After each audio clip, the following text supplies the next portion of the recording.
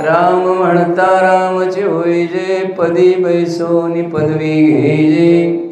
ऐसे सुख वचनी आहे, विश्वासे अनुभव पाहे.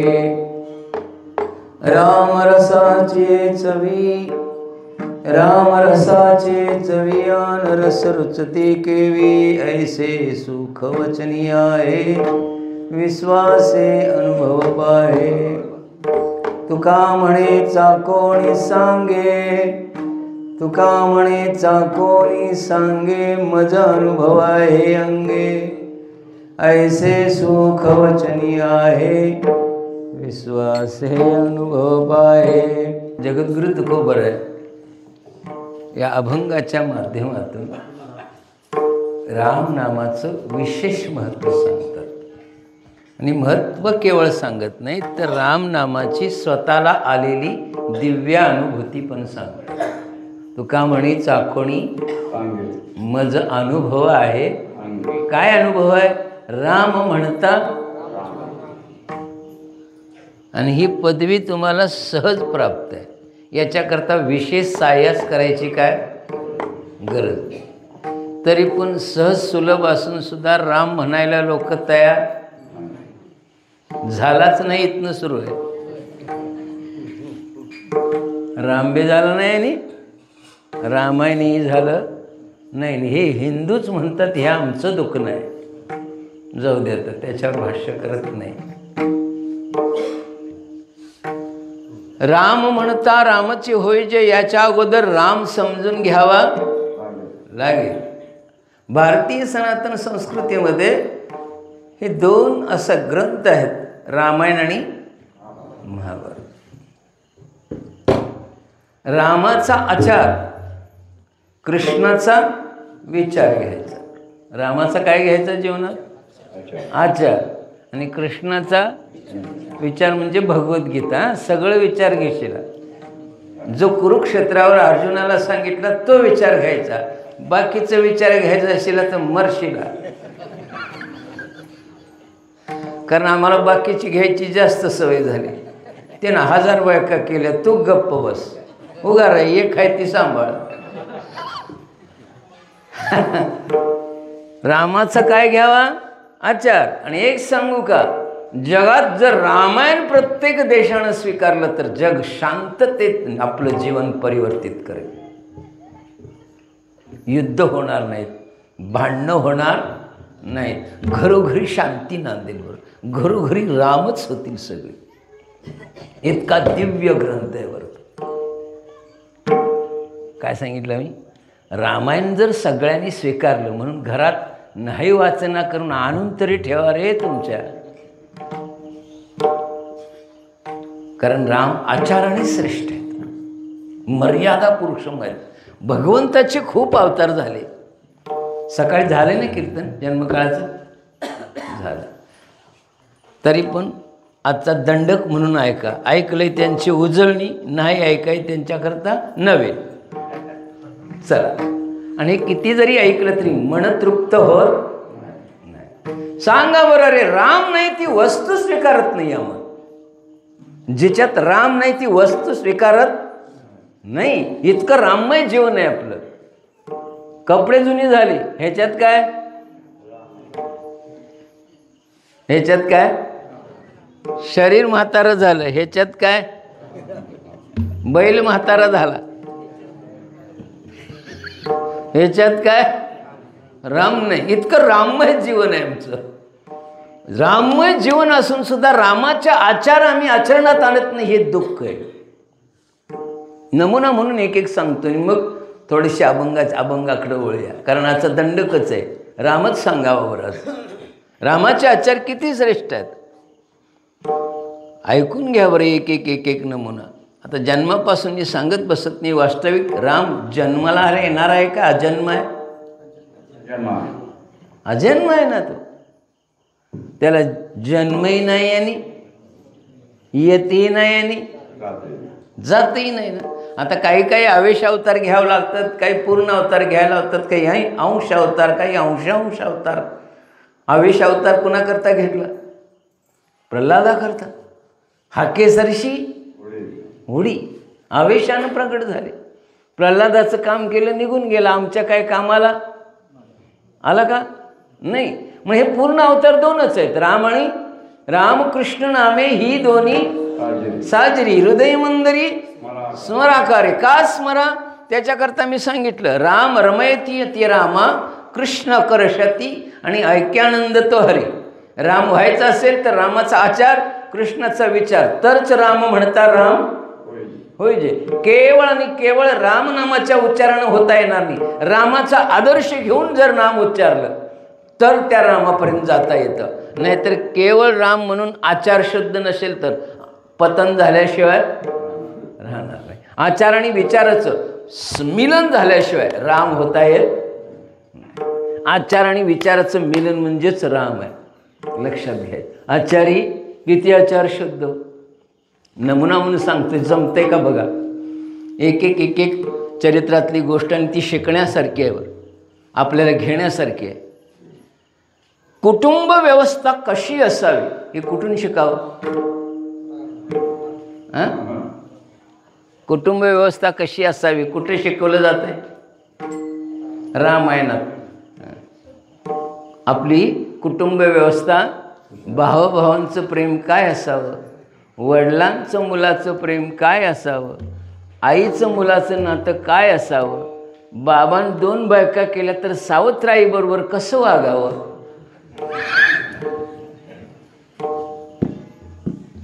अरे विश्वात असा महात्मा झाला नाही जो सावत्राईची आज्ञा प्रमाण मानून वनवासाला जातो. ही भारतीय जीवन प्रणाली आहे. काय म्हटलं मी? प्रभू रामचंद्रांचा एकच आदर्श घ्या. आता इथं राजा होणार आहे, सगळ्या गावावर पत्रिका वाटलेत आणि राजाच्या पत्रिका एकालाच गेल्या असतील का सगळ्यासनी? बरं चक्रवर्ती सम्राट आहे, राज्यभर पत्रिका वाटलेत. ऐका बरं, थोडंसं लक्ष लावून ऐका. जीवन प्रणाली, माणसांची जीवन प्रणाली, मानवी जीवन प्रणाली कशी असावी. कोटी कोटी प्रणाम त्या वाल्मिकींना. बरं अगोदर रामायण लिहिलं आणि मग देवाला करायला लावलं. देवाला शेंडीला धरून तसं वागायला लावलं. सोपं आहे का? केले रामायण रामा आधी. रामाच्या अगोदर रामायण लिहावं आणि त्याचप्रमाणे जीवनाला, मानवी जीवनाची उद्दिष्ट, जानवी जीवनाची जीवन प्रणाली जगाला दाखवण्याकरता आदर्शवत जीवन काय असतं हे दाखवण्याकरता तसंच्या तसं केलं. त्याच्यात कुठेही चूक केली नाही. बऱ्याच ज्ञात्या पुरुषांनी रामायणातल्या चुका काढल्या. इथं रामानं असं करायला नको पाहिजे होतं, तिथं रामानं तसं. कारण उंटावरचे शाने भरपूर जन्माला येतात मागणं कॉमेंट्स द्यायला. पण आचरण करायचं म्हटलं जमणार आहे का? पत्रिका वाटलेत राजा होणार आहे म्हणून. दशरथ राजाला बी कोटी कोटी प्रणाम. म्हाताऱ्यानो ऐका, केस पिकली की पोराकडनी द्या कारभार.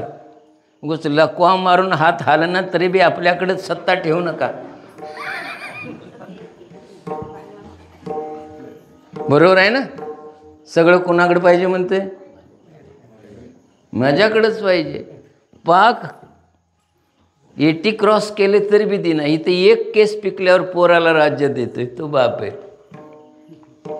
एक केस पिसल्याला दिसल्याबरोबर आता माझं कुणाकडे राज्य द्यायला पाहिजे? रामाकडे द्यायला पाहिजे. आणि मग रामाच्या पत्रिका वाटाव्यात राज्यकारभाराच्या. सगळी पत्रिका वाटल्या आणि आनंद झाला. सगळ्या नगरीला आनंद झाला का रामासारखा धर्मशील राजा आपल्याला मिळणार आहे. आणि आदल्या रात्री बाबा येऊन सांगतोय, लेका तुला राजा व्हायचं नाही, 14 वर्ष वनवासाला जायचं आहे. कचा कचा राम जाईल गाय ह्यातला.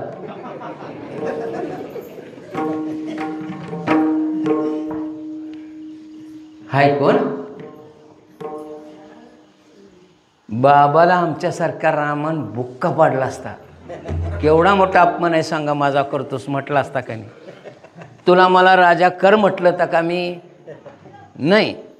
कर म्हटलं तर का? तुझं तूच ठरवलंस, पत्रिका वाटल्यास आणि आता नाही म्हणतोस म्हणून गळपटीला धरीत का नाही? त्याला राम्या म्हणतात, राम नाव. हे उदाहरण सोडून द्या. तुमचं लग्न ठरलंय, लग्नाच्या पत्रिका बाबांना वाटल्यात, आणि लग्नाच्या आदल्या दिवशी बाबा म्हणतोय माझ्याकडे पैसे नाही, तुझं लगीन करायचं नाही. काय करशील सांगा? जाऊ दे, ते राज्याभिषेक जाऊ दे, तुमच्यावर प्रक्रिया करूया. आणि त्यातल्या त्यात का करीत नाहीस तर तुझी आई म्हणते म्हणून असं म्हटल्यावर आईला काय करेल ते पोर? सांगा बरं. गंमत आहे बरं. म्हणून का दाखवलंय? हे संत वचन खरी करण्याकरता. सामान्याने भक्ती कशी करावी? स्वामी काज, गुरुभक्ती, पितृवचन, सेवापती. पितृवचन हीच विष्णूची पूजा आहे. वडिलांची आज्ञा प्रमाण मानून वनवासाला गेला, ही भारतीय संस्कृती आहे. कुणाचं ऐकलं? वडिलांचं ऐकलं. म्हणून तुकोबारायांनी गातेत लिहिलं, तुम्हाला वेगळी भक्ती संसारिकांना करायची गरज नाही. आई वडिलांची आज्ञा प्रमाण माना आणि जगा. कारण आई वडील कधीही अनहिताचं सांगत. पाक बेवडात बाबा असला तरी तू पिऊ नकोच म्हणतोय रे. बोला, काय बाटली घेणे माझ्याबरोबर नाच म्हणतोय. पितृवचन सत्य करून दाखवलं वडिलांची आज्ञा. आणि ऐका पुढचा प्रसंग. जिच्यामुळं वनवासाला जावं लागतंय त्या आईचं पहिलं पायाला स्पर्श करायला गेलं. कुणाच्या? कैकेयीच्या. आईला दंडवत केले. तिला कसं तरी चोरल्यासारखं वाटायला लागलं. काय चूक केली मी? राम आल्यावर काहीतरी शिव्या देईल, काहीतरी करेल असं तिला वाटलं तर. पण तसं काय केलं नाही. साष्टांग प्रणिपात घेतला. सख्याईला अगोदर भेटायला गेला आणि काय म्हणली सांगतो का? आई तू कोणताही खेद करू. याला राम म्हणतात. आम्ही सावतराईच्या पाया पडाय गेलतो का पायावर धोंडा माराय गेलो असतो? शिकावर रामायणातनं. कितीही बाका प्रसंग आला तरी कसं धैर्यानं जगावं हे काय शिकवते? रामायण. लक्षात घ्या बरं. कडाडून मिठी मारली आणि सांगितलं आई तू दुःख मानू नकोस, तुझी आज्ञा प्रमाण आहे. कारण लहानाचा मोठा कुठं झाला होता? कैकेयी जवळच. कुणाजवळ होते देव? कौशल्य मातेकडे जास्त राहिले नाही बरं प्रभू रामचंद्र. का? त्याची कारण मीमांसा देतो. कारण कैकेयीच्या पोटाला कोण आले? भरत. आणि भरत कोण आहे? प्रभू रामचंद्रांचे निश्चिम. मग देव भक्ताजवळ थांबतो का या भक्ताकडं? कुठे थांबतो? देवाला कोण आवडतं? जीवाहूनही भक्त आवडतात. आपल्या जीवापेक्षाही कोण आवडतं त्याला? भक्त. असं वर्णन आहे. मी आज सकाळीच रामचरित काढून बसलो होतो, त्याच्यात असं वर्णन आलंय. प्रभू रामचंद्र आईजवळ फक्त स्तनपान केलं की काम झालं, मग रडायला सुरुवात करायची. काय करायचे? आता ह्या लीला आहेत देवाच्या. रडायला सुरुवात करायचे. मग ही समजावून बघायची, खांद्यावर घ्यायची, गाणं म्हणायचे, अंगाई म्हणायचे, पण हे थांबायचा नाही. मग आपल्या महालातनं घेऊन कैकेयीच्या महालात जायचे. बघ हे तुझ्याजवळ जरी राहतंय का बघ म्हणायचे, म्हणून त्याच्याकडे द्यायची. आणि त्याच्याजवळ गेली आणि भरताच्या पाळण्यात झोपवलं की हो गप्प झोपायचा. कारण तिथं कोण आहे? भक्त नाही, निश्चिम भक्त. आम्ही काय भक्त नव्हे, आम्ही भक्ते. भक्त नव्ह, भक्ते भक्ते. जाऊ दे, आता त्याच्यावर बोलत नाही मी. आणि बोलून काय परिणाम बी होत नाही आमच्यावर. आणि आता परिणाम करायचा बी नाही. हाय ते सुसून घ्यायचं गप घरला. अवघड आहे सर. काय बोलावं कडक तर काय अवघड होते. आपल्याकडंच तेवढी ताकद नाही तर जगाला तरी आम्ही कशाला बोलायचं. मी आता असं ठरवलं, जगाचं दोष काढत बसण्यापेक्षा स्वतःतला एक एक मायनस करत जायचं आणि अवस्थेकडे निघायचं. आणि चांगला म्हणायची देवाच्या गावाला जायचं. आता जगाच्या सापेक्ष भूमिका किंवा भक्त सुधारतील याची अपेक्षा ठेवायची नाही. सुरुवात आपल्यापासून करायची. आपला आपण दोष काढत राहायचं, जगाचं काढत बसायचं नाही. जगाचं काढत बसलं तर आपलं शिल्लकच राहते. बरोबर आहे ना? या बरं, सावत्राईकडे गेले, नमस्कार केला. कारण आपल्या आईपेक्षा कौशल्यावर प्रेम, ती त्याला गाऊन अंगाई गाऊन. पण आता याच्यात असं रामचरित मानसमध्ये आलंय, कैकईचा पण दोष नाही.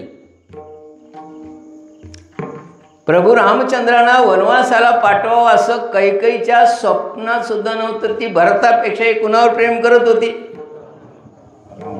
रामावर. ह्यो चावटपणा देवांचा. चावटपणा कुणाचा आहे? देवांचा. कारण सगळं देव कुणाच्या बंदीखान्यात? रावणाच्या बंदीखान्यात. थोडं रामायण सांगतो, अभंग राहिला तरी चालेल बरं? चालते ना. आता काय वेदांत खूप ऐकलाय, हा वेदांताचाच अभंग आहे. राम म्हणता राम होणं म्हणजे तद्रूपता प्राप्त होणं, सकल दुःखाची निवृत्ती होऊन रामरूप होणं. हे तुम्ही ऐकलंय, फक्त मी त्याचा आदर्श सांगतो. आणि ते सकल दुःख निवृत्ती करता रामाचा आचार फार युक्त आहार, युक्त विहार. नेम इंद्रियासी नसावी बासर, बहुनिद्रा बहुभाषण. आचार नसेल आणि भक्ती आहे, काही कामाची नाही. किती ज्ञानाच्या गप्पा मारा आणि आचार नसेल तर बोला. किती कीर्तन चांगलं कर आणि आपला आचार नसेल तर. म्हणून भावार्थ रामायणामध्ये हनुमंतरायांनी नाथबाबाने एक वाक्य सांगितलं, तुम्ही सगळ्यांनी कानात ठेवा. ज्ञात्या पुरुषांनी समाजाला मार्गदर्शक ठरणारे जे काही लोक असतील, मग त्यात कीर्तनकार असतील, राजकारणी असतील, कुणी असतील, त्यांनी एक समाजापुढे आदर्श ठेवावा की येणाऱ्या पिढीनं त्याचं अनुकरण करावं. येणाऱ्या पिढीनं काय करावं? अनुकरणीय केलं पाहिजे की असं चरित्र करा की त्याला सगळ्यां. म्हणून येथ वडील जे जे करीती तयानाम धर्म ठेवती, येरस आचरती सामान्य सकळ. सामान्य लोक हे पुढच्या व्यक्तीचा आदर्श घेत असतात. हे घरापासून सुरुवात करा. बापाचा आदर्श कोण घेतंय? बापाचा आदर्श कोण घेत? बाप तमाशाला जायत असेल तर पोरग कीर्तनाला जाईल? बोला, कुठं जाईल ते? म्हणून रामायण का घराघरात पाहिजे त्याच्याकरता या गोष्टी आहेत. बरं ऐका पुढं. काही जबाबदार नाही. या देवानी कोलदांडा घातला. सरस्वती मातेला सांगितलं, तू मंथरेच्या आणि कैकईच्या जिभेवर जाऊन बस. कारण ह्यो उद्या राजा झाला तर वनवासाला काय येणार नाही. आणि ह्याची बायको रावण पळवून नेणार नाही. आणि ह्यो काय रावणाला आणि आमची काय सुटका. याला म्हणतात दुसऱ्याच्या खांद्यावर बंदूक ठेवून. तेव्हापासून पुढाऱ्यांनी तेच घेतलं. खांदा एकाचा बंदूक याचा नाही, विजय माझा.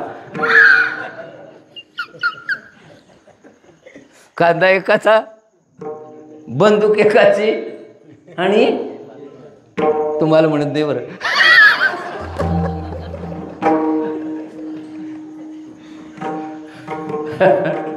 आणि सांगू का, रामाचा आदर्श जर आजच्या राजकारण्याने घेतला तर खरोखर रामराज्य आहे. प्रजेविषयी असणारी आसक्ती, प्रजेचं पालन करण्याची जी, म्हणून कुणाचं राज्य यावं म्हणतात का? बोला बोला. दोनच राज्य यावे म्हणतात. एक तर बळीचं, नाहीतर आता बळीचं राक्षस कुळात असून राज्य यावं म्हणतात. एकच उदाहरण देतो, दोन्हीची तुलनात करतो, रामाची आणि बळीची. तुलनात्मक बोलतो. दोन्ही किती समान आहेत. दोन्ही किती समान आहेत. प्रजेबद्दल किती जागरूक आहे. एक बळीचा यज्ञ शेवटची आहुती शिल्लक आहे.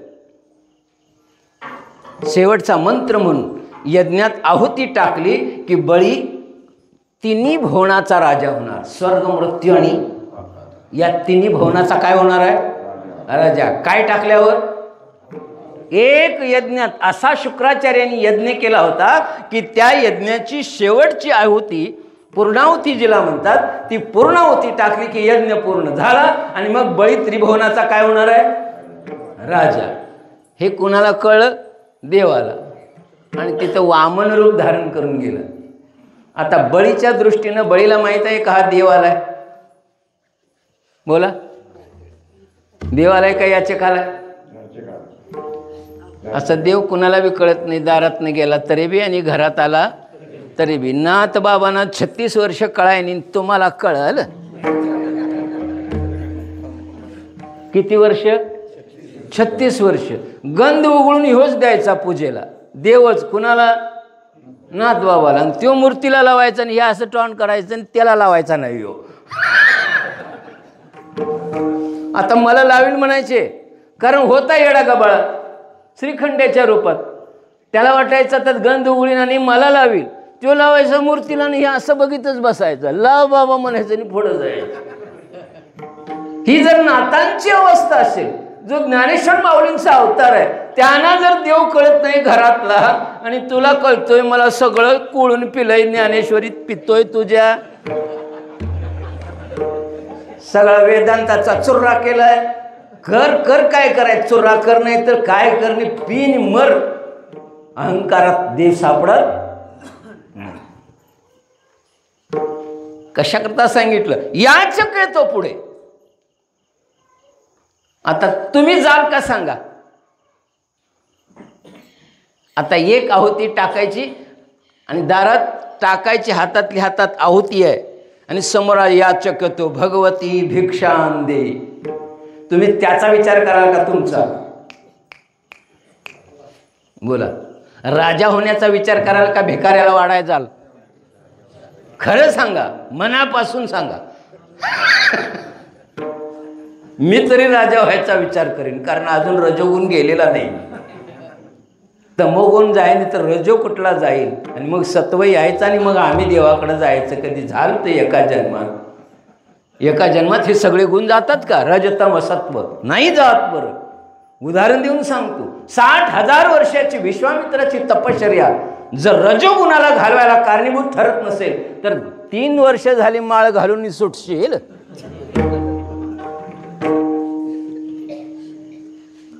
काय सांगितलं मी? 60,000 वर्षाची तपश्चर्या. मूळचा कोण आहे? पिंड राजाचा पिंड आहे. मूळचा कोण आहे? विश्वामित्र राजा आहे. मग राजा दरबारात नट्या नाचवतो का कीर्तनकार? कोण नाचवतो?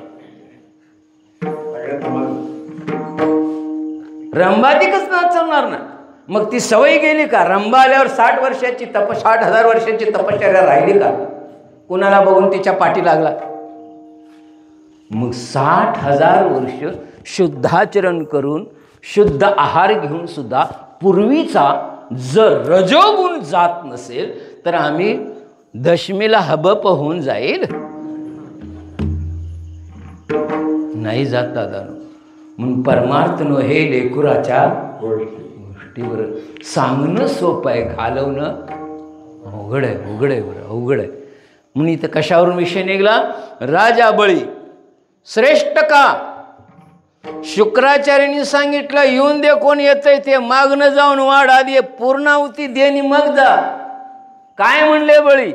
जर मी माझ्या दारात याचक उभा असताना मी पूर्णाहुती देऊन राजा म्हणलो तर त्या राजाला काय किंमत नाही. माझ्या दारातनं जर याचक विनमुख गेला तर माझ्या राजपणावर थू म्हणतात. मला त्या राजपण भोगायचं नाही, मला धर्मनिष्ठ जगायचं आहे. का? DNA भक्ताचं होतं म्हणून. कुल राक्षसाचा आहे पण प्रल्हादाचा नातू आहे. DNA कुणाचा आहे? प्रल्हादाचा आहे. प्रल्हादाचा कोण आहे? बळी नातू आहे. बरं, नातू. म्हणून अगोदर फर्स्ट रेफरन्स कोणाला दिला? जनतेला का स्वतः? म्हणून कुणाचं राज्य यावं?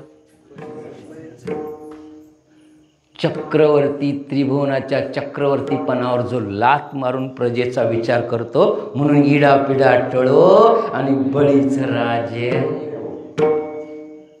कळतात का बाबा? म्हणून देवाला वाचमन म्हणून राहावं. बळीच्या दारात कोण होता देव? नोकरीतली सगळ्यात हलकट नोकरी म्हणजे वाचमन की. येईल त्याला असं करीत राहायला लागतंय. चुकून बायको जरी आली तर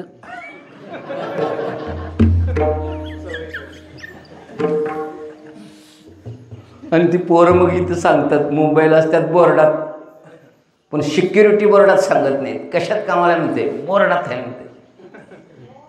लोकांना वाटते कसला बी बोर्ड आहे काय, आणि ह्यो असतं सिक्युरिटी बोर्डात. असलं काम. आणि राक्षस येत होते बळीच्या घरात. त्या प्रत्येक राक्षसाला भगवंतानी नमस्कार करावा. ज्याच्या पुढं विश्व झुकतंय तो भक्ताच्या दारात वाचमनिकी करतोय रे. हे सामान्य आहे का बळीचं? त्याकरता त्यागाशिवाय देवाची प्राप्ती केला ना. त्रिभुवनाचं पद मिळणाऱ्या पदाचा काय करावा? त्याग करावा. आणि देवाला तुका म्हणे बळी जीव दिला पायातळी.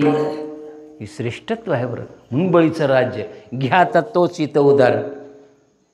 प्रभू रामचंद्र एका वडिलांच्या आज्ञेवर वनवासाला गेले का? मी जाईत नाही म्हणले. राज्यपद त्यागलं का घेतलं? बोला बोला. हे सोपं आहे का? वेगळं घेताना म्हण बाबाला, तू वनवासाला जा आणि धाकट्याला सगळं देणार आहे. त्या भावासकट बाबाचा बुक्का पाडील.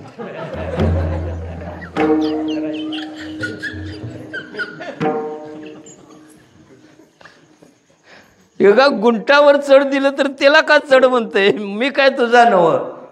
इथून सुरुवात आहे. म्हणून मी का म्हटलं, हे रामाचे आचार विचार जर समाजात आले तर यात कदाचित ही घरात भांडणं होणार नाही. अरे घरात सोडा, जग आनंदानं दुमदुमीत जगेल. कुठल्याही प्रकारचा व्यत्यय भांडण येणार नाहीत. म्हणून रामाचा आचार म्हटलं मी, आणि कृष्णाचा विचार आहे. मग राम म्हणता रामाचे होईल. वनवासाला गेल्यावर कैकेयीला सांगितलं, आई दोष करू नकोस. वडिलांची समजूत काढली. वडील रडत होते. बरं कुणाला नको आहे? धर्मनिष्ठ राजा कुणाला नको आहे? बरं सामान्य लोक म्हणतात, एखादा सत्पुरुष गावात चांगला माणूस कार्यकर्ता असेल तर कोण डावलतं का त्याला? नाही. बरं मला वाटते शिवणगे नावाचं गाव आहे चंदगडमध्ये साहेब. मला वाटतं ते यांचं गोपाळ पाटलांचं गाव शिवणगे. गेली 48 वर्षे गावात निवडणूक नाही. किती वर्ष? 48 वर्ष काय नाही? ग्रामपंचायतीची निवडणूक नाही, सोसायटीची निवडणूक नाही, डेअरीची निवडणूक नाही. डेअरी एक, सोसायटी एक, ग्रामपंचायत एक. तिन्हींनी कॉम्प्रोमाइज करून घेतलं. एक वर्षी एका वार्डाकडं डेअरी, एका वार्डाकडं सोसायटी आणि एका वार्डाकडं ग्रामपंचायत. ज्यांच्याकडं ग्रामपंचायत जाईल त्याने आपल्या वार्डाचा पुरेपूर विकास करून घ्यायचा. परत आरडायचं. त्या वार्डाकडून दुसऱ्या वार्डाकडे गेली की त्याने आपली काय गल्लीतली गावातली काम आहे ती बुक्का पाडायची. परत म्हणायचं नाही की आमचं काम झालं नाही. अहो गावातले पाणवते सुद्धा कॉन्क्रीटचे रोड आहेत. मी कीर्तनाला गेलो ना, कीर्तनाला न्याय आणायला बस ठेवल्या त्या त्यांनी वारकऱ्याशनी. बाहेरगावच्या लोकांना यायसाठी काय ठेवल्या त्या? बस. बस म्हणजे तुमच्या खर्चानं तुम्ही नित्याने आणणार, बसनं आणणार, बसनं नेऊन सोडणार. सोसायटीचं तसं आहे. स्पर्धा आहेत. तुम्ही आज किती फायदा केला आहे, पुढच्या वर्षी तुम्ही त्याच्यापेक्षा 5 रुपये का असं ना वाढीव फायदा करून ठेवायचा. किस्सं भरायचं नाही. आणि सगळी तरुण मुलं हँडल करतात. खरंच बरं एकदा मी गावाला त्या व्हिजिट देऊन या. मी कीर्तन करून आलो साहेब.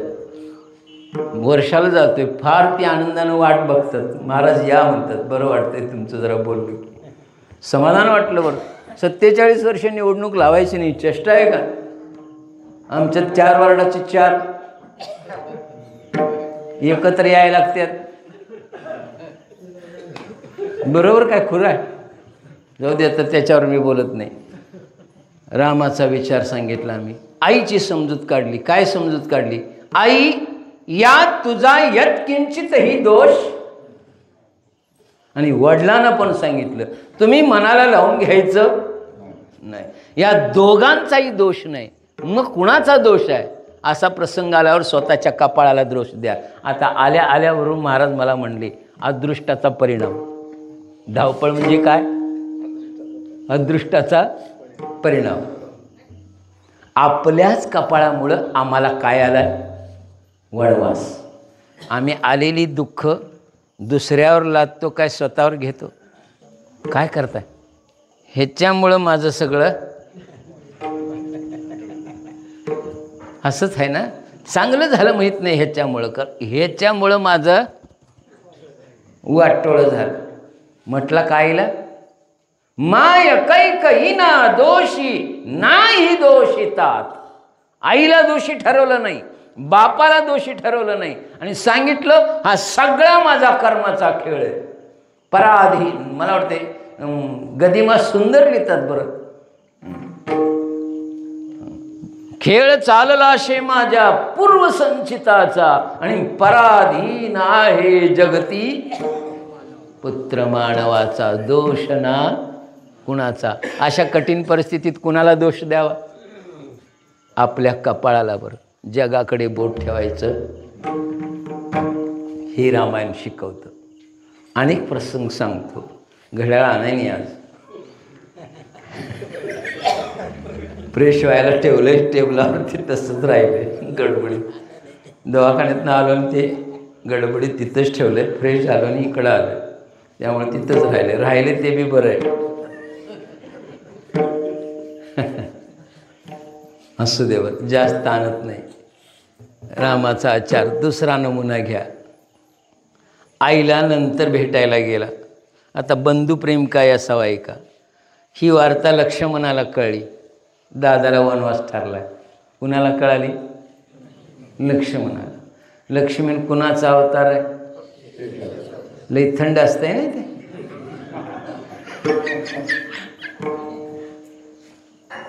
कळलं. तो काय राम नाही. आला दादाकडं. दादा बातमी ऐकली ती खरं आहे का? होय लक्ष्मण. काय होय म्हणतोस? हे योग्य नाही. थांब म्हणला, मी बाबाकडे जातो. एक धर्मशील राजा राज्यावर बसत असताना जर बाबा आपल्या बायकोचं ऐकून त्या राजाला पदच्युत करत असेल तर त्याला समजावावं आणि समजून नाही ऐकलं तर त्याचा वध करावा. काय म्हणतात? एक धर्मशील राजा राज्यावर बसत असेल आणि स्वतःचा वडील काम भावनेनं आपल्या बायकोचं ऐकून जर त्याला पदच्युत करत असेल तर त्याला आधी समजवावं आणि नाही समजलं ऐकलं तर त्याचं काय करावं? मार्शीला बाबासने रे तुमच्या ऐकून कीर्तन होईल. ते गंमत म्हणून सांगतो. आमच्या इथे एक गावठी औषध देणारा माणूस होता. गावठी. आणि पंचांग सांगायचं.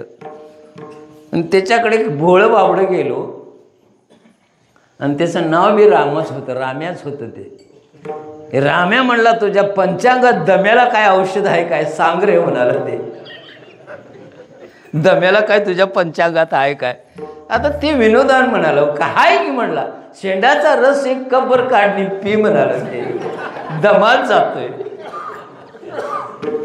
खूप बोळ होतो. काढला शेंडाचा रस आणि कपभर प्यालं आणि बघता काय माझ्याकडं मेलं ना.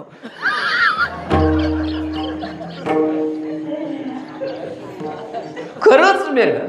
उन्हाला पडलं ताटलं तिथंच. ते सगळ्या आतून सगळ्या आतड्यानं जखमा झाल्या राहत. जाग्याला मेलं ते. तसं ऐकून बाबाला मारावून घिशीला कुऱ्हाड द्यायची. त्याला समजून सांगावं म्हटलं आणि मग हाततार काढलं. लक्ष्मण थांबायला तयार नाही. तू ऐक म्हणला बाबाचं. मी ऐकणार नाही. तलवार घेऊन गेले बाबाला मारायला. लक्ष्मण आडवे, रामप्रभू आडवे झाले. हात जोडलं. लक्ष्मणा तसं नाही, त्यात बाबाचा दोष नाही, आपल्या कपाळाचा दोष आहे. आणि मग म्हटले जिथं तू नाहीस तिथं मी राहणार नाही. याला भाऊ म्हणतात. याला कोण म्हणतात? भाऊ. जिथं तू तिथं मी. काय गरज होती का? आता कसा गेलाय सांगतो. नुकतं लग्न झालेलं आहे. तरुण बायको आहे. ते गोव्याला जाईल काय वनवासाला रे तुझ्या. विनोद बुद्धीनं बोलतो बरं मी सर, समजणे करता. कारण ग्रामीण भाषेत बोलले की पटकन डोक्यात येतं. बोला. नुकतं लग्न झालंय. तरणा बांधलंय. उर्मिलेसोबत एका सुंदर राजकुमारी सोबत लग्न झालंय आणि तो बायकोला इथं टाकून दादाबरोबर होनासाला जातो. याच्यापेक्षा आणि बंधुप्रेम काय असतं रे? गाडीवर लिहायचं नाही बंधुप्रेम. दोघांचं कधी जमत नाही, लिवलंय बंधुप्रेम. दादाला बघितल्या की कपाळाच्या शिरा उठतात आणि गाडीवर आहे बंधुप्रेम. तुझं बंधुप्रेम दिसतू लागलं तुझ्या.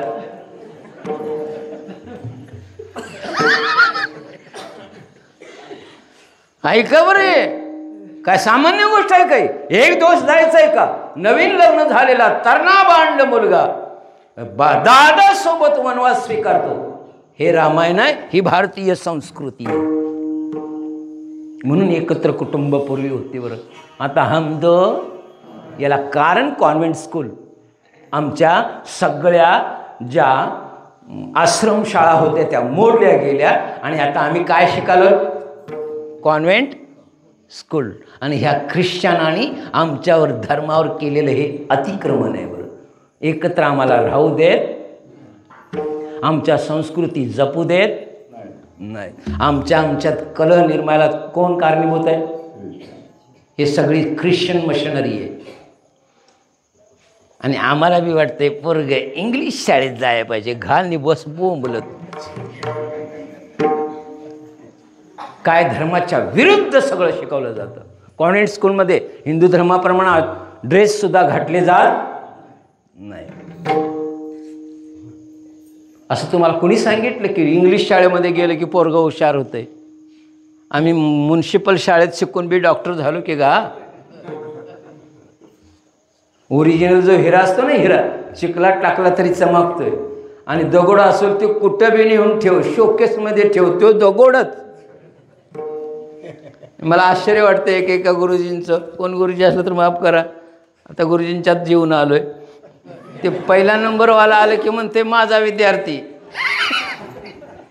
तुम्ही पैलू पाडलं त्याला. तुम्ही माझा म्हणायची, ते मूळचंच टॅलेंट आहे, त्याला पैलू पाडायचं काम केलं. मूळचा हिरा आहे, दगड होता, पैलू पाडलं, मान्य आहे. पण ते माझं म्हणायची हिंमत करू नका. मग वर्गातली 25 नापास झाल्यात ते कोणाचे? बोला बोला. सगळी स्कॉलरशिपला येतात का? मग ते कोणाचं विद्यार्थी? त्याचने अगा ते दगडच गा, काय मास्तर तरी करणार आहे. मग तुम्हाला असं वाटतं का दगड इंग्लिश शाळेमध्ये घातलं की पोरगं हुशार होईल? ही तुमची मनाची खोडी समजूत आहे. लक्षात घ्या बरं. या पुढं काय सांगायला मी? कौशल्य मातेला सोडून नंतर सेकंड नंबरला पाया पडायला सुमित्रा मातेकडे गेले. कोण? आणि सांगायला लागले लक्ष्मणाला समजावून सांग. आता नुकतंच त्याचं लग्न झालं आणि माझ्यावर वनवासाला येतोय म्हणून. कोण म्हणा लागले? राम. येतोय म्हणायला लागले तेच बरोबर आहे. रामा म्हणा लागले. तो जर नाही म्हटला असता तर ते माझं कार्टच नव्हतं. माझ्या दुधात अशी ताकद नाही की जे तुझ्याबरोबर जाणार नाही. काय म्हणले ती? असलं दूधच मी त्याला पाजाय नाही की ते हित राहील. आणि तू समजवण्याचा प्रयत्न करू नकोस. जर ते येत नाही म्हणाला असतं तर ते माझं पोरच. अशी आई आहे? आमची आई म्हणाली असती दादा जाऊन दे ग बस. लक्षू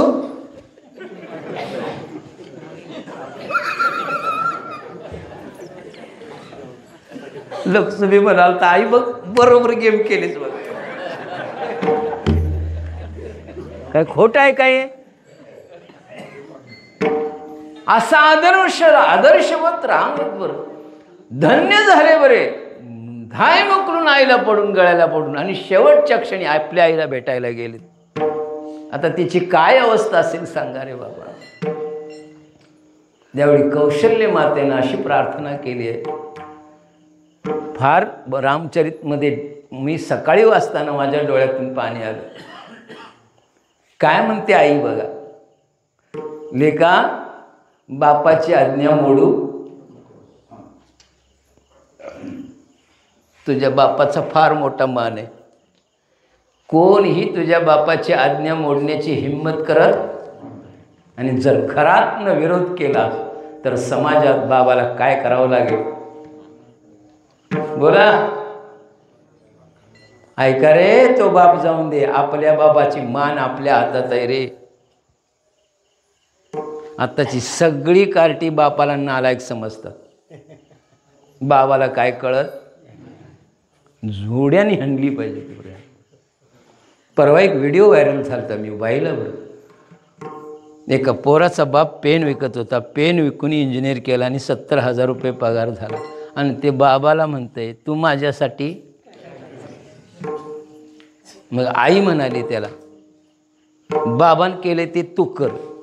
एक काम कर म्हणली, तुझ्या पोरासने बी शिकव, रस्त्यावर जाऊन पेन विक जा. रस्त्यावर जाऊन काय विक? तुझा बाप रस्त्यावर जाऊन घरोघरी जाऊन पेन घ्या म्हणत होता, माझी पोरं शाळेत आहे, स्वस्त देतो. हे गेलं, ह्याचा एक बी कोण पेन घेणार. गावभर हिंडलं आणि परत आलं आणि म्हणलं, आई बाबान जे केले ते मला जमायचं. मग कुत्र्यासारखं गप बाबाची आज्ञा मान. त्याची अक्कल काढायचा प्रयत्न करू नका. हे शिका रामाकडून. वनवासाला जाताना सुद्धा बाबाला दोष दिला, आणि आई सांगते की बाबाची मान खाली जाईल असं आचरण.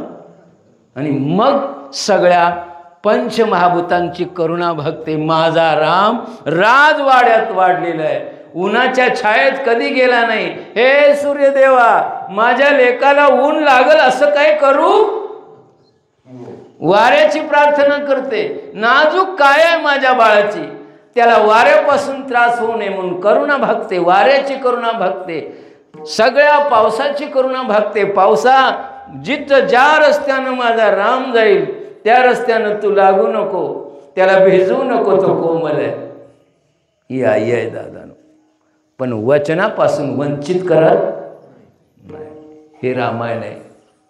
आता पुष्कळ एका आता रामकथा सांगतात लोक, पण आता मला त्याच्यावर बोलायचं नाही. कधीतरी असं रामायणाचा विषय आला तर नुसतं रामायण हाय तसं वाचू नये बरं. असं तुलनात्मक चिंतन व्हावं. काय शिकायचं रामाकडून सांगा बरं. आईचा आशीर्वाद घेतला, निघून गेला. असा राजा होता आदर्श की सगळी नगरी वनवासाला गेली. पाटण, तू नाहीस तर आम्ही येणार रामा. याला म्हणतात आदर्श. मागं ठेवून जाणं. गावातली सगळी कुणाच्या पाटणं आहेत? रामाच्या पाटणं. आम्ही सुद्धा देवा तुझ्याबरोबर वनवासाला येणार. त्यावेळी सगळ्या राजाच्या सगळ्या प्रजेला उपदेश केला. म्हणून तुकोबार आहे त्याच्याकरता लिहितात बराबर, आले राम राज्य काय उणी आम्हाशी. ऐका बरं, जर राजा सद्वर्तनी असेल तर सगळी पंचमहाभूत सुद्धा अनुकूल झाल्याशिवाय राहत नाही. धरणी धरी पिके गायी ओळल्या, योग्य वेळी पाऊस. अकाळी पाऊस पडणार नाही, योग्य वेळी पाऊस. धरणी पिकं धरते. गायी म्हशी इंजेक्शन द्यायच्या आधी दूध देतात. आता काय चालू आहे? अवघड आहे बरं. आता त्याच्यावर बोलत नाही आणि बोलून उपयोग नाही. आता एकच प्रसंग सांगतो आजचा दंडक म्हणून. आणि अशा रामाचं स्मरण केलं की राम म्हणता इकडे यायचं आहे. मग अध्यात्म, मग काय लावायचा तेवढा विचारसागर इथं लावा. नाम नामीचा अभेद्य संबंध इथं सांगतात तुकोबर आहे. नाम आणि नामेचा कसा संबंध आहे? अभेद्य संबंध सांगतात. अनेक विचार सांगतो आणि पुढं जाऊ. सगळी प्रजा आली. प्रजेला विनंती केली, मी 14 वर्षानं पुन्हा येईल. जाऊ द्या.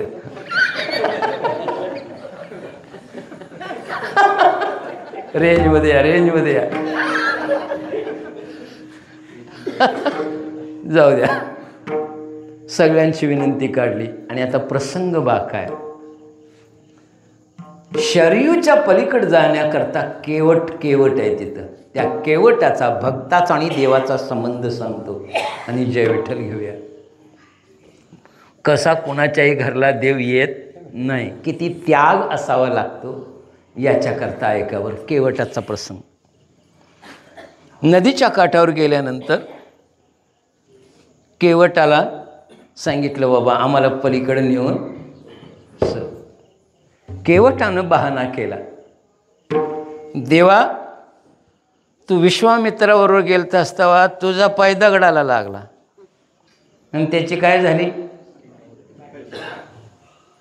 आता माझ्या नावाला तुझा पाय झाला आणि बाई झाली तर एक आहे तिला सांभाळताना फिरवायला, आणि हिची झाली तर काय करू, तेव्हा मी काय तुला नावेत घेणार. बहाणा सांगितला बरं, पण मुख्य कारण काय होतं, देवाला घराकडं. आणि माझ्या आईनं असं सांगितलंय की राम जर इथून जात असेल तर एकच चाटतं, त्याचं पैसे नको करू, तो आमच्या घरला आला. मग आता घरला ये म्हटलं तर राम वनवासाला जाताला घरा येईल का. मग आयडिया केली. देवा म्हणला तुझ्या पायाचा दोष नाही, तुझ्या पायाचा दोष नाही, तुझ्या चरणरजाचा दोष आहे. कशाचा दोष आहे. तुझ्या चरणाची धूळ लागली दगडाला आणि त्याची. तेव्हा माझ्या आईनं असं सांगितलंय, घराकडे घेऊन ये, मग त्याचं पाय धुताव आणि मग त्यानं ते पायाचा सगळी धूळ धुतली की मग आमच्या नावात बसायला काय. अरे किती पुण्य करावं लागेल देवघराकडे येण्याकरता, हे सामान्य आहे का. प्रत्यक्ष असं बोलवलं असतं आलं असते का. मग म्हटलं ठीक आहे, देवाला हे अंतर माहीत होतं बरं, कसा बोला लागला. घराकडे गेले, 18 दारिद्र्य घरा. पूर्वीची ती काटवट होती लाकडाची, तर त्या अक्का लोकांनी व्हॉट इज काटवट म्हणायची पाळी. काटवट गेली बघ, लाकडाची परात होती, त्याच्यात काय करायच्या, भाकरीवर काट होती ना. अजून आमच्या घरात आहे बरं, आमची आई करत होती त्या काटवटीच भाकर. पळपट नव, काटवट, काटवट कन्ना. चला पुढं. आणि त्या काटवटीमध्ये देवाचा एकच पाय मावायचा. काय मावायचा. मग देवाने एक पाय ठेवायचा, मग केवटानं धुवायचा आणि दुसरा पाय म्हणायचा आई आता तू देव, आणि तो पाय ठेवायचा परत मातीत. मग त्याला माती लागली म्हणायचा, बायकोला म्हणायचा आता तो पाय तू धु, आणि एक पाय परत त्या पायाला लागायची माती. सगळ्यांकडून पाय धुवून घेतले. दोन्ही पाय एकत्र ठेवले असते तर एकालाच पूजा मिळाली असते. काय धन्य बरोच आहे, भक्त आहेत दादानं.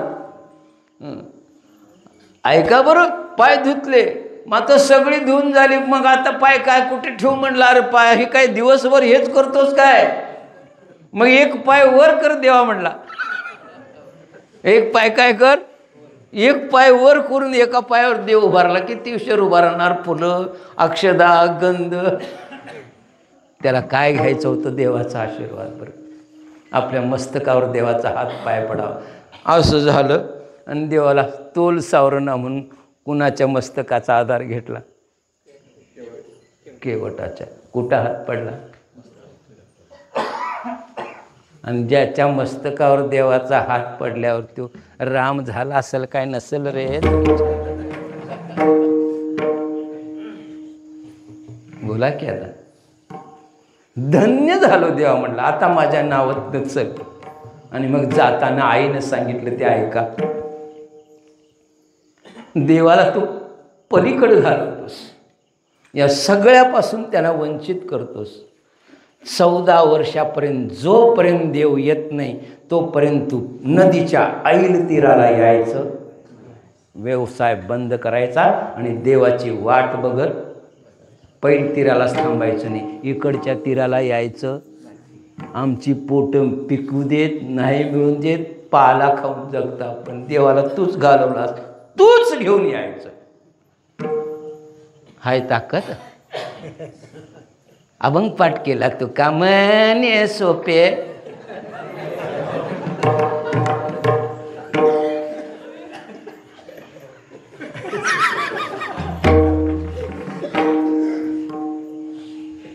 म्हणून हात जोडून विनंती करतो बरं, असा त्याग करा. नाही देव घरला असला तर आला ना, तुमच्यात गडी राहतून तुमचं संडास धुतो का? अशी भक्ती आहे का आपली? 14 वर्षे कुटुंबाचं काही केलं नाही म्हणून राम वनवासातनं आल्याबरोबर पहिल्यांदा कुणाला भेटला असेल तर केवटाला. किती वर्ष वाट बघितली आहे. धंदा सोडून नव्हं, माझ्यासारखा धंदा करून नव्हं. डॉक्टर कितनं वेळ, कारण काय सांगतोय, पेशंट आलते, मग कीर्तन कशाला करतोस आणि केवट कशाला सांगतोस. देशमुख साहेबांनी धंदा सोडावा. आमच्या भागात बी आहेत बरं विभूती. काय सोडला? धंदा सोडला. लक्षात घ्या.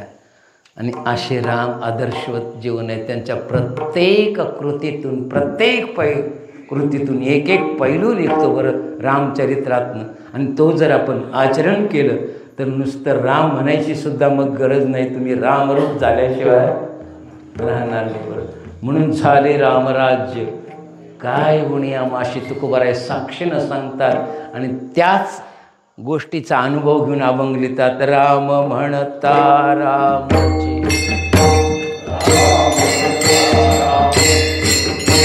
राम म्हणता राम सांगितला, रामाचा आदर्श सांगितला. थोडंसं अभंगाचं चिंतन करतो, फक्त भावार्थ सांगून थांबतो, कारण माझा वेळ संपलेला आहे. नामनामीचा अभेद्य सदन सांगताना जगद्गुरु तुकोबाराय स्वतःचा अनुभव सांगतात. अनुभव काय? जगद्गुरु तुकोबाराय आपल्या नामचिंतनानं रामरूप झाले ते काय नाही. बोला बोला, मग सुरुवात करू अभंगाला.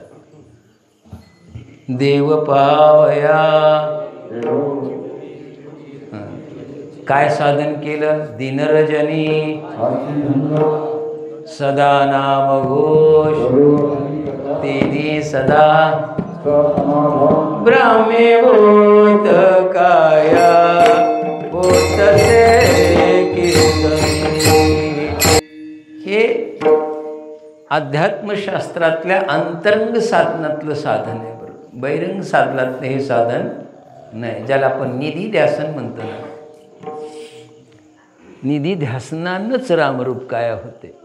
त्या अगोदर मग मलविक्षेपादी दोष घालवावे लागतील. नाहीतर कोण बी राम म्हटल्यावर राम होईल. त्याकरता अगोदर काय मलविक्षेप घालवावेत.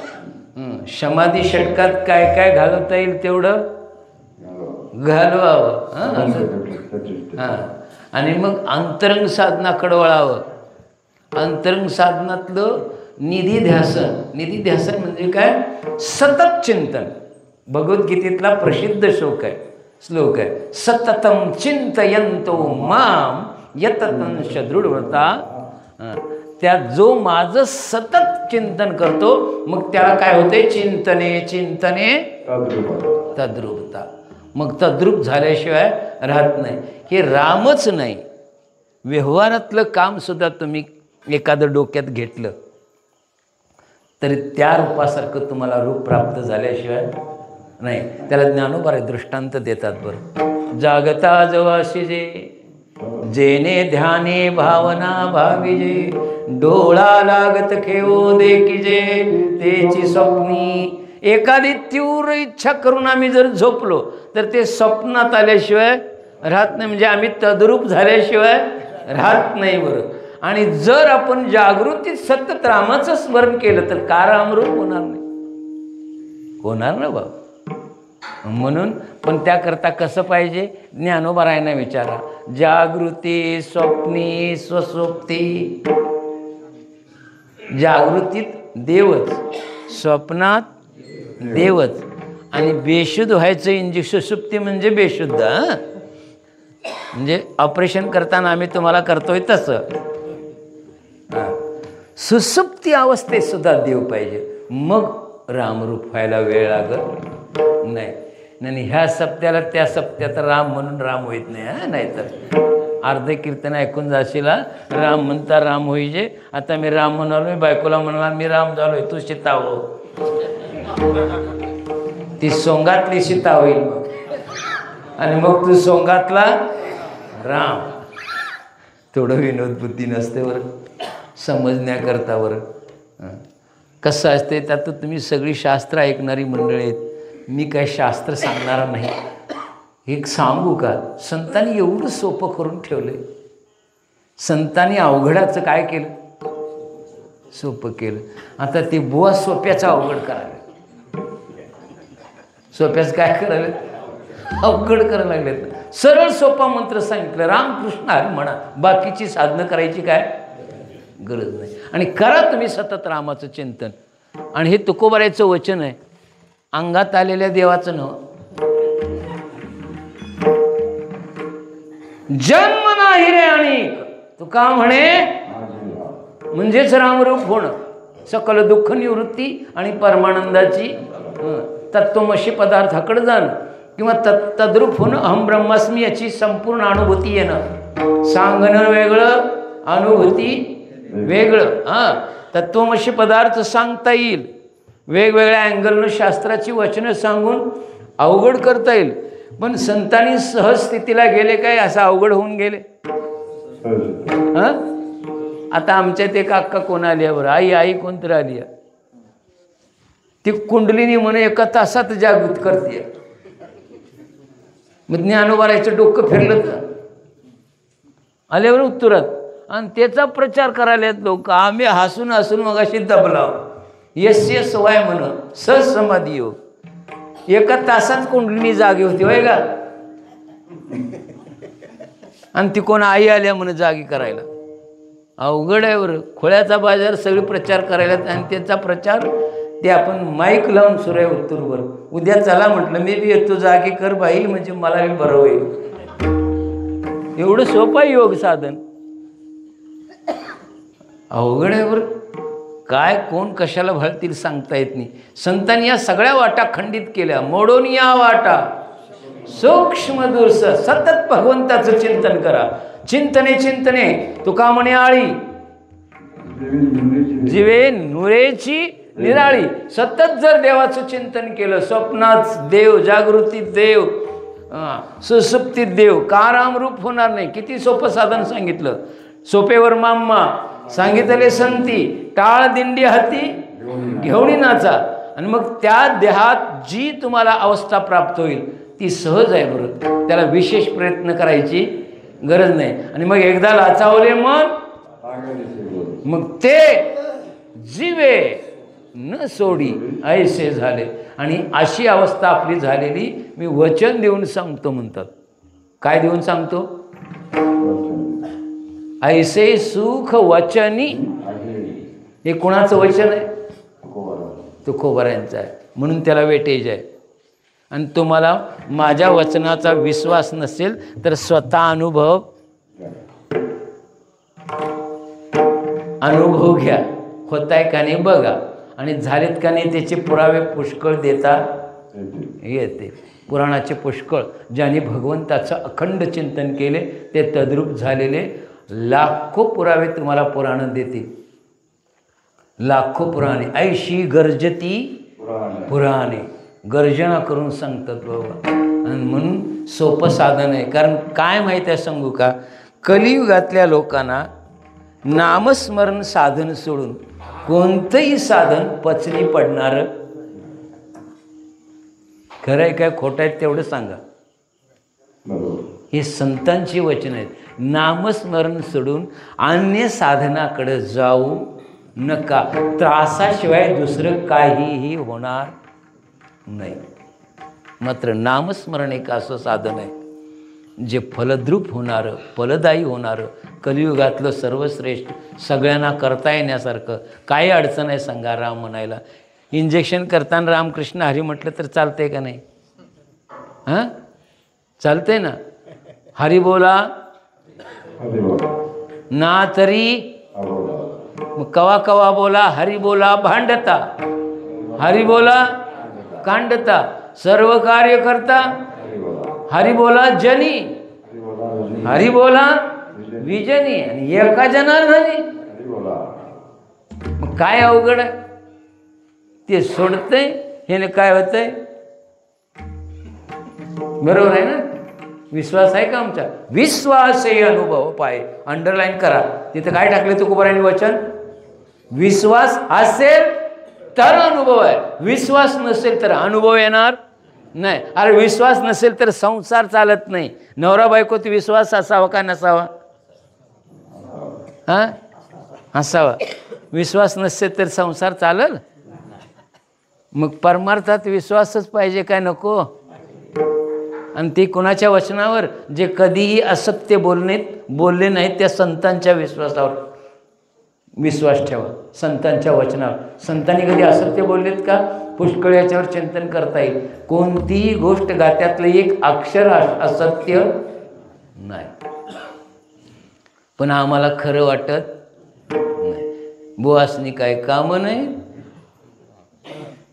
काय बी सांगतात आणि टाळकी फिरवतात. टाळकी फिरवाय करतात संत आहे आणि टाळकी शुद्धीत आणण्याकरता संत आहेत. बरं लक्षात घ्यायचं. भगवत नामानं एकरूपता येते, तद्रूपता येते. आणि जगद्गुरु तुकोबाराय विचारा, त्यांना तसे आलेल्या अवस्थेचे भरपूर अभंग आहेत. अनुरेणुया तुका सांडिली त्रिपुटी दीप. जाऊ दे ते जमत नसेल तर निरंजनी आम्ही निराकारी निरंतर निराभाषी पूर्ण झालो अखंड ऐक्यास. तुझं मज नाही भेद केला सहज विनोद. आणि या अवस्थेवर जाऊन सुद्धा पुन्हा रामनामाची गोडी चाकण्याकरता निर्गुणितो नाही माझे समाधान गोड हे चरण तुझी सेवा. म्हणून घोटवीन लाळ ब्रह्मज्ञाने हाती मुक्त आत्मस्थिती सांडवीन. का? असं कीर्तन करीन की मुक्त झालेल्याला सुद्धा टाळ घेऊन उभा करेन. काय ताकद आहे नामाची. आणि एवढं सांगून सुद्धा आमचा त्या नामावर काय विश्वास आहे का? खरं सांगायचं बरं, हाय विश्वास नाही. आम्हाला एकदाच विश्वास येतोय, पाणी पाजाई एकटा गेला की. शेतात रात्रीचं पाणी पाजायची पाळी यावी आणि बायकोला चल म्हटल्यावर ती म्हणाली आम्हाला कटाळा आलाय, आम्ही काय येणार नाही, तुमचं तुम्ही पाजा. आणि एकटा गडी जावावा आणि तिथं काहीतरी सुर्र व्हावं. मग म्हणते राम राम राम राम राम. मग ते आधीच म्हण की रे. कबीरदानी काय दोहा टाकला? दुख में सिमरन सब करे सुख में ना करे कोय. सुख में सिमरन करे सो काय को दुःख होय. दुःखात सगळीच देवाला आठवतात, विशेष काय आहे. पण जो सुखात स्मरण करतो त्याला दुःख व्हायचा संबंधच नाही. तो आनंद रूप झाल्याशिवाय राहत नाही. बरं लक्षात घ्या. आनंदाचे डोई म्हणून राम म्हणता. आणि पदी बैसोनी पदवी. ही पदवी सोपी आहे देव व्हायची. बाकीच्या डिग्र्या घाला चुलीत. मानवी जीवनाचं उद्दिष्टच ही पदवी प्राप्त करणे. त्याच्याकरताच हा जन्म दिला, उद्धाराकरता. आता इथं उद्धार म्हटलं की पतन आलं. कुणाला उद्धार सांगावा लागतोय? ज्याचं पतन झालंय त्याला का सगळ्यांना? झोपेतनं उठवाय कुणाला लागते? झोपलेल्याला काय जागा आहे त्याला? हां, जेवायला कुणाला वाटत्यात? भूक लागली आहे त्याला काय खाऊन बसले त्याला? मग पतन कुणाचं झालंय त्याचा उद्धार काय? मग आता पतनात आम्ही सगळे आहे काय एकटाच मी आहे? पतन कुणाकुणाच झालंय? आमच्या सगळ्यांचं काय झालंय? जे जे म्हणून देहधारी आहेत त्या सगळ्यांचं काय झालंय? पतन आहे. मग आता उद्धाराला मार्ग काय? एकच. मनुष्य देह आहे हे पतनाचं. त्याच्या कशामुळं आमचं पतन झालं? मूळ कारण अज्ञान.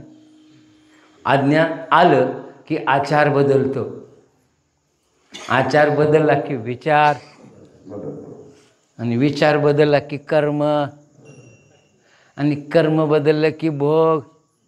सुटत नाहीत. सुटतात का? साधा एक विचार सांगतो. जगद्गुरु तुकोबारायांच्या मनात आंब विकणारी बाई आली. कोण? पिकलेले आंब विकायला आली. महाराजांनी केस सापसलं, खिशात नव्हता पैसा. मग आंब खाण्याकरता वृत्ती गप राहते या, चुळबुळ करा लागली वृत्ती. बरं, मागावं तर अवघड आहे, कमी पण आहे. हां, मागून घ्यावं तर कमी पण आहे. मग आता काय करायला पाहिजे? आंबा चोरायला पाहिजे. पुढं बघून ती अक्का चालली. ती महाराजांनी मागं पुढं बघितलं, कोण नाही. कारण चोराला मागं पुढं बघावंच लागतं. त्याने एक पटकन आंबा उचलला. ऐका बरं, हे विवेक नष्ट झाल्याची कारणं, पण संतांचा विवेक अखंड जागृत असतो. बरं, आंबा घेतला, खाणार, विवेक जागृत झाला. मी आज आंबा चोरला, उद्या बोला. म्हणून माझ्या आईनं लहानपणीच मला दुसऱ्याच्यातली जाळी उपडून आणली ती म्हणून 2 कानाखाली मारल्या. त्या अजून ऐकू येत नाही नीट. एवढ्या जोरात थप्पड मारली ती माझी आई. आपल्यातल्या उपडायच्यानी खायच्या. माझ्याबरोबर माझा दोस्त होता, तिची आई म्हणाली, एकच आणलीच वय रे.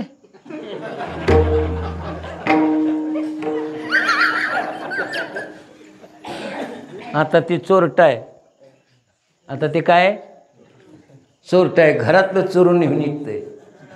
ह्याला जबाबदार कोण? 2 आईतला फरक सांगितला. आई वेगळी, आईपणा वेगळा. संत वेगळे, संतपणा वेगळा. वारकरी वेगळा, वारकरीपणा वेगळा. माणूस वेगळा, मनुष्यपणा वेगळा. मनुष्यपणा शिकवतात ते संत आहेत रे बाबा. मुलगा वेगळा, मुलगीपणा. पुत्र वेगळा, पुत्रता वेगळी. म्हणून रामाचा आदर्श म्हटलं मी. आई होणं सोपं आहे, आईपणा होणं. आता आई सांगतो मी, आता मुलगी पोटात आहे, मुलगी पोटात आहे आणि सोनोग्राफीत दिसली आणि पहिल्या 2 मुली आहेत. आई काय करते? त्या मुलीला कापते ना. आता ही आई आहे का? आई आहे का कसाई? का पोरगी आणि पोरांनी का भेद करायला लागलाय तुम्ही? ज्यानं घडवलंय त्याला जाऊन विचारा जाऊ, ते घडवताना काय होतंय. तुम्ही बांधलेलं घर जर बुलडोजरनं पाडा लागल्यावर काय करशीला? किती दुःख होईल. जो घडवतो ना त्याला विचारा काय दुःख होतंय ते. एक पार्ट कसा घडवा लागतो तो, आणि तुम्ही कापताय. आणि त्यात आई कसाई आणि आम्ही डॉक्टर महाकसाई. पैशा करता काय पण करतो आणि काय नको ते करतो. चुकीचं आहे बरं. पुढं वांज पण येईल, एवढं लक्षात ठेवा. डॉक्टरलाही पॉवर व्हायचं नाही, तुम्हाला बी व्हायचं नाही. मग देवरशी करा, नाही तर काय करा. देवाच्या आईला झालं नाही, तुम्हाला होईल. देवकीला 8 पोरं झाली, आई होता आलं का? म्हणून कर्म नीट करा. कर्माचा विचार बदलला की ह्या सगळ्या गोष्टी बदलत्या. जगद्गुरु तुकोबारांनी विचार केला, जर हे मी फळ खाल्लं तर पुन्हा चोरी करायची इच्छा होईल. आता परत करावं तर चोरलेलं फळ परत करताना अडचणच आहे ना, अब्रू आहे म्हणले. वाटण निघाले. त्यावेळी आमचं टॉयलेट कुठं होतं? रस्त्याच्या दोन्ही बाजूला. गेले आणि त्या घाणीत आंबा टाकला आणि मनाला सांगितलं, आता खा. खाईल आणि पुन्हा आंबा चोरील. हे कशानं घडलं? एक विकल्प अंतःकरणात आला तर त्याचा सत्यानाश जीवनाचा केल्याशिवाय राहत नाही. बरं, म्हणून सतत नामचिंतनात असेल तर मग रामरूप आहे. बरं, सतत जर अखंड चिंतनात असेल तर मग सतत चिंतन केलं की रामरूप यायला वेळ लागत नाही. त्याच्याकरता म्हणून मी सुरुवातीला रामाचा आचार सांगितला. आचारानं नाम घेतलं तरच ते पुढं सिद्धीला जातंय, नाहीतर ते जात नाही. आणि तुकोबारायांना विचारा, काम घातला बांधोडी काळ केला, काम नाही झालो पायी, काम क्रोध बंदी खाणी तुका म्हणे, दिली दोन्ही इंद्रियाचे धणी आम्ही झालो बसावी. आणि आता आम्ही बसावे झाल्यावर दुसरा धंदा काय नाही, दिन रजनी.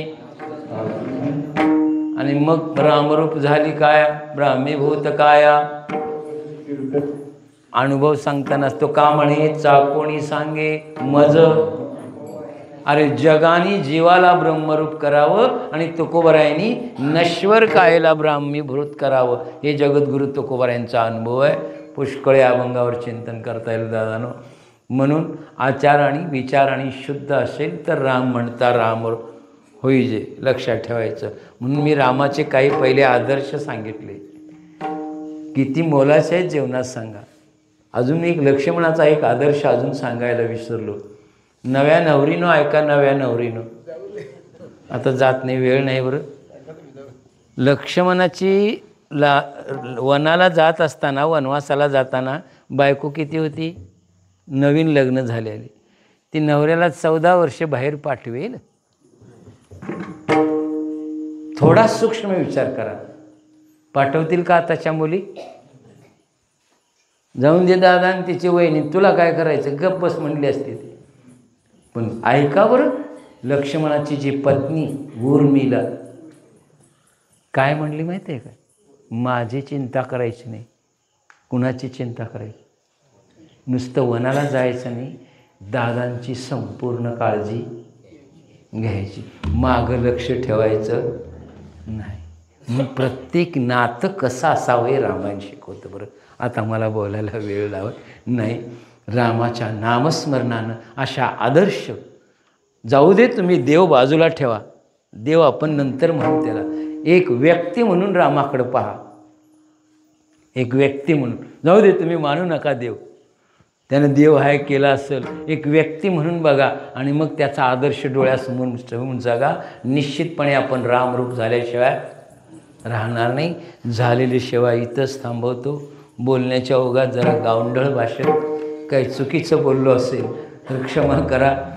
पोट तिडकीनं बोलतोय. फक्त काय आपल्यात परिवर्तन व्हावं एवढीच एक सामान्य इच्छा असते. सांगा, अशी जर घरात माणसं सगळी झाली समंजसपणानं जगणारी, भांडणं होतील का गावागावात? भांडणं होतील का घराघरात?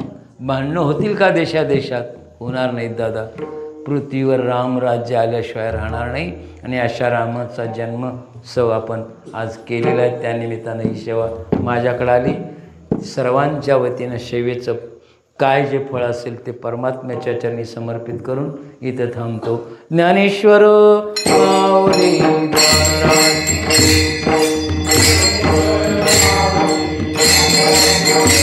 महाराज, ज्ञानेश्वर माऊली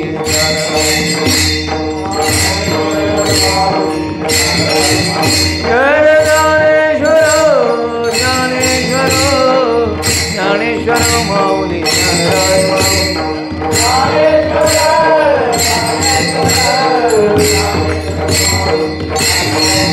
महाराज, ज्ञानेश्वर माऊली जय जय ज्ञानेश्वर माऊली.